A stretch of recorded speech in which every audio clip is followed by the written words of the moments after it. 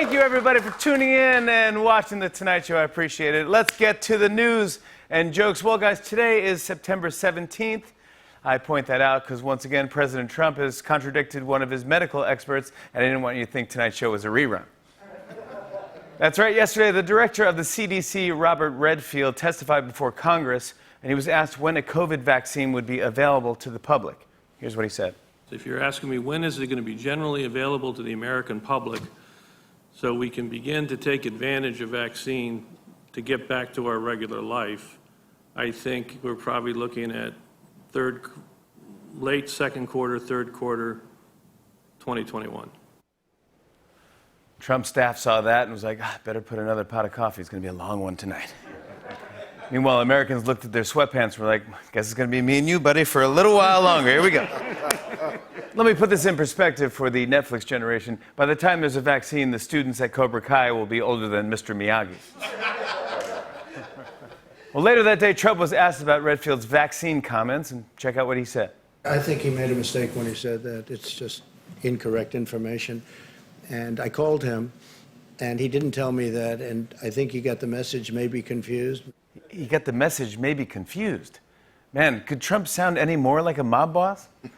Yeah, this guy Redfield, maybe he don't know so good, capiche?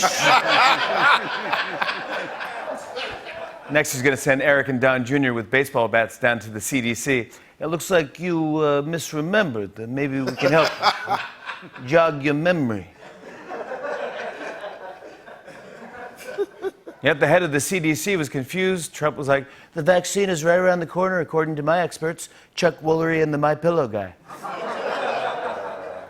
You know, as we speak, Dr. Redfield is being led into the White House basement where there's just a pull-out couch and Dr. Fauci. At the same press conference, Trump said something pretty shocking about the number of COVID cases in the United States. Listen to this. If you take the blue states out, we're at a level that I don't think anybody in the world would be at. Also, if you don't count the racial tension and the economy, it's been a pretty smooth 6 months. Wouldn't you say? And Trump was like, and if you also take out the red states, boom, we have no cases at all. So basically, no virus. You can't just not count certain states. That's like eating a salad for lunch, a cheeseburger for dinner, then saying, if you don't count the burger, I'm vegan. All this COVID stuff is so depressing. Do we have any lighter Trump news?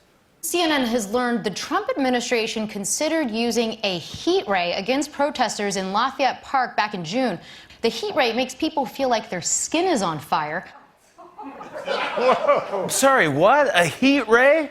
Who were his advisors? A bunch of minions stacked on top of each other? Even Kim Jong-un was like, that's pretty messed up, dude. A heat ray. Apparently, Trump ripped out a page of an X-Men comic and was like, this. But despite everything that's going on, Trump spent the morning complaining about Twitter's trending page. Yeah, he believes trends are rigged against him. I don't know about that, but I do think that sometimes seeing a hashtag doesn't tell the whole story. So we decided to take a look at what's trending and, more importantly, why. I'll show you what I mean.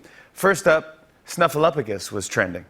You may think it's because of Sesame Street's Back to School Town Hall, but Snuffleupagus is actually trending because it's how Trump kept pronouncing Stephanopoulos. Next up, cocaine was trending. You may think it's because a cocaine ring was busted in Brooklyn, but cocaine is actually trending because it's what Red Lobster uses for the salt rim on their Dugarita. Up next, emergency was trending.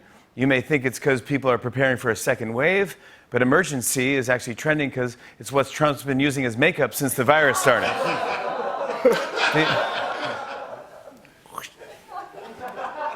And finally, 10.9 inches was trending, and you may think it's because it's the size of Apple's new iPad, but 10.9 inches is actually trending because of Chris Evans. Now, I didn't even get the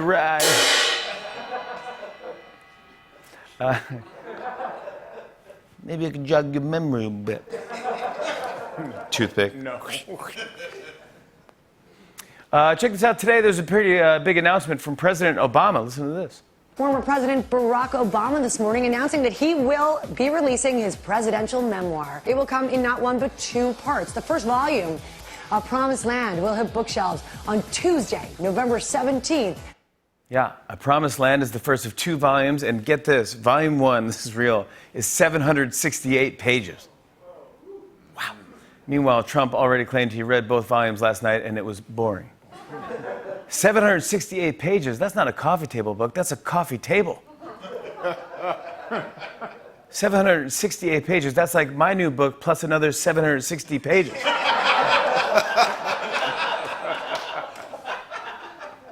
I actually plan on buying both volumes just in case I ever need to block myself from a heat ray. Heat ray! This is interesting. I saw that Amazon has launched a new invite-only section of its site called Luxury Stores. That's nice. Now you can order a $5,000 Oscar de la Renta gown and then have the package hurled over your fence. Yeah, it's about time you can order a designer dress that comes in the same box as your ragu sauce and Lucky Charms. And finally, a bus passenger in the UK. Did you see this? He came up with a pretty interesting way of protecting himself from the virus. Watch this. In other news, a man in England was spotted on a public bus using a live snake wrapped around his head as a COVID face mask. Meanwhile, the guy was screaming, "Somebody help me! Help! Help me!"